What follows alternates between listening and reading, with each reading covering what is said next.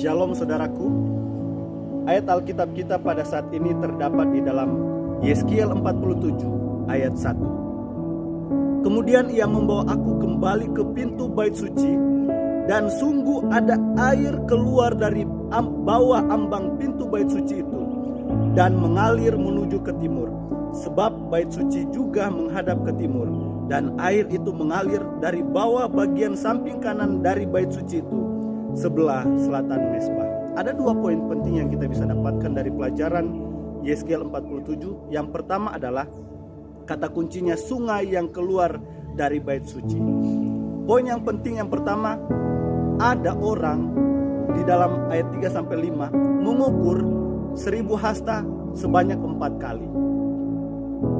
1000 hasta pertama di pergelangan kaki, 1000 hasta kedua di lutut, berikutnya di pinggang, dan yang terakhir sudah menjadi sungai. Saudara-saudara yang kekasih dalam Tuhan, poin apa yang kita bisa dapatkan?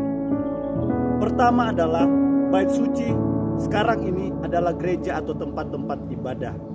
Ketika kita keluar dari tempat ibadah, apakah ada perubahan?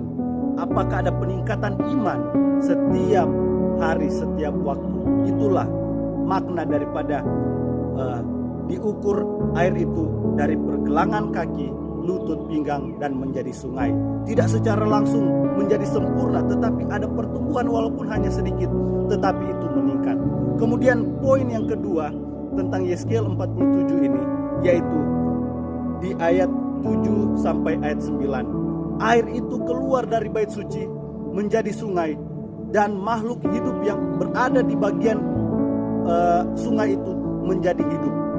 Pohon-pohon bertumbuh subur, menghasilkan buah yang baik, ikan-ikan menjadi hidup, dan ada manfaat daripada air yang keluar dari bait suci itu.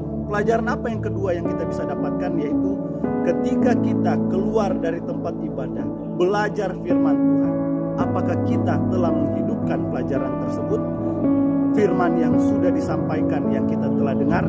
Karena di dalam Matius 5 ayat 16 berkata, biarlah terangmu bercahaya di depan orang, sehingga orang-orang akan melihat perbuatan baikmu, dan orang-orang akan memuliakan Allah yang ada di sorga.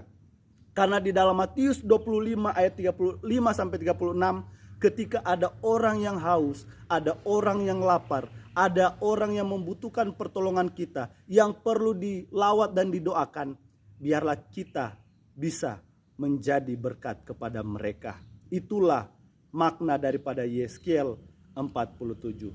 Kiranya Tuhan Yesus memberkati kita semua. Shalom.